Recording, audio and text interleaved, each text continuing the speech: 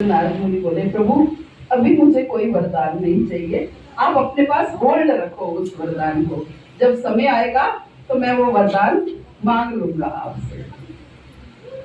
अब झूलन यात्रा का समय आया, झूलन उत्सव, शुरू से ही झूलन उत्सव मनाया जाता है। सारी सखियां झूला को सजाती हैं और उसमें राधा कृष्ण को बिठाती हैं और झूला झुलाती हैं। तो ललिता कुंड के पास ये झूलन उत्सव मनाया जाता था। तो ललिता कुंड के पास झूला इतना सुंदर सजाया जा रहा है, सारी सखियां सुबह से तैयारी कर रही हैं। जैसे यहाँ पर तो सखा लोग तैयारी करते हैं झूलन की, लेकिन वहाँ सखियां तैयारी करती थी। तो झूलन को सजा रहे हैं और ललिता सखी भी है वहाँ पर, श्याम सुंदर स्वयं भी हैं और भी सारी सखियां, ललिता, विशाखा, कुंविद्या, सारी सखियां वहाँ पर हैं और सजा रही हैं। तो नारद मुनि पहुंच जाते हैं। नारद मुनि कहते हैं ये क्या हो रहा है कि ये झूलन उत्सव की तैयारी हो रही है। अच्छा, झूलन उत्सव की तैयारी? कैसा झूलन? कि राधा कृष्ण दोनों बैठ के झूला झूलेंगे। अच्छा, तो राधा रानी तो है नहीं यहाँ पर, तो वो आ रही हैं, वो झूलन के लिए तैयार हो रही हैं। तो नारद मुनि बोले, श्याम सुंदर, आगे प्रभु आज मुझे वो जो आपने वरदान मुझे दिया था वो मुझे वरदान चाहिए, जो मैंने पेंडिंग छोड़ा हुआ था, आपके पास होल्ड किया हुआ था, वो वरदान मुझे चाहिए। तो हाँ, मुझे याद है, क्या वरदान चाहिए, क्या चाहते हो? कि प्रभु मैं चाहता हूँ कि आज आप ललिता सखी के साथ झूलन पे झूला झूलो। तो हाँ, ये कौन सी बड़ी बात है, ललिता भी यहाँ पर है, मैं भी यहाँ पर हूँ, अभी राधा को आने में देर है तो हम झूला झूलते हैं। तो हालांकि ललिता सखी नहीं मानती थी कि, क्योंकि ललिता सखी का काम है राधा और कृष्ण को मिलवाना। वो नहीं चाहती थी कि वो भगवान के साथ बैठ करके, कृष्ण के साथ बैठ करके झूला झूले, लेकिन फिर भी वो थोड़ा हिचकिचा रही थी। लेकिन श्याम सुंदर ने जबरदस्ती उनको खींचकर झूले पर बिठा दिया और दोनों बाकी की सखियां झूला झूला रही हैं और दोनों झूला झूलने लगे। तो सब बड़े प्रसन्न हो रहे हैं, नारद मुनि भी देख के बड़े खुश हो रहे हैं। तो ऐसे ही एक उत्सव, एक और ललिता कृष्ण का झूलन उत्सव हो गया। तो इतने में कुछ उनको सूझी कि मैं पूछूं कुछ नारद मुनि से, तो देखा नारद जी वहां नहीं है, वो गायब हो गए वहां से। तो कृष्ण को समझते हुए देर नहीं लगी कि क्या मामला हुआ है। नारद मुनि कहाँ पहुंच गए? राधा रानी के पास, सीधा राधा रानी के कमरे में। राधिके, क्या कर रही हो? मैं झूलन उत्सव के लिए तैयार हो रही हूँ। आज झूलन, कैसा झूलन उत्सव?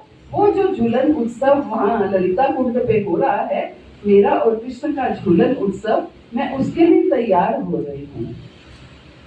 अच्छा, वो तो झूलन उत्सव शुरू हो गया। शुरू हो गया? शुरू कैसे हो गया? मैं तो यहाँ हूँ, मैं तो अभी पहुंची नहीं, तो झूलन उत्सव शुरू कैसे हो गया? नहीं, वो तो ललिता और कृष्ण का झूलन उत्सव चल रहा है वहां पर। नहीं, ये तो हो ही नहीं सकता कि ललिता और कृष्ण का झूलन उत्सव। नहीं, आप चलो, आप अपनी आंखों से चल करके देख लो। तो राधा रानी को लेकर के गए झूलन, ललिता कृष्ण का झूलन उत्सव दिखाने के लिए।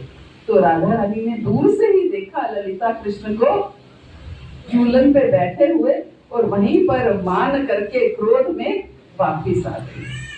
और इधर कृष्ण को समझते हुए देर नहीं लगी कि नारद मुनि अगर नहीं है तो बात बिगड़ गई है।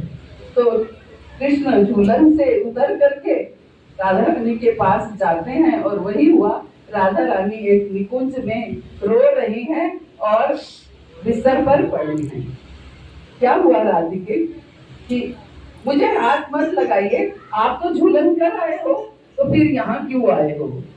नहीं, मैं कौन सा झूलन कर रहा हूँ, आप तो ललिता के साथ झूलन करके आए हो। तुम्हें किसने बताया? मुझे नारद मुनि ने बताया और मैंने अपनी आंखों से भी देखा। तो फिर श्याम सुंदर बोले, फिर श्याम सुंदर ने सारी कथा सुनाई कि राधिके ऐसे ऐसे हुआ, ऐसे ऐसे नारद मुनि ने किया, ऐसे मुझसे पूछा कि मुझे वरदान चाहिए, मैंने उसको वरदान दे रखा था, वरदान चाहिए, तो उन्होंने वरदान में ललिता और मेरा झूलन देखना चाहा। हालांकि ललिता तैयार नहीं थी इसके लिए, लेकिन मैंने जबरदस्ती उनको दिखाया।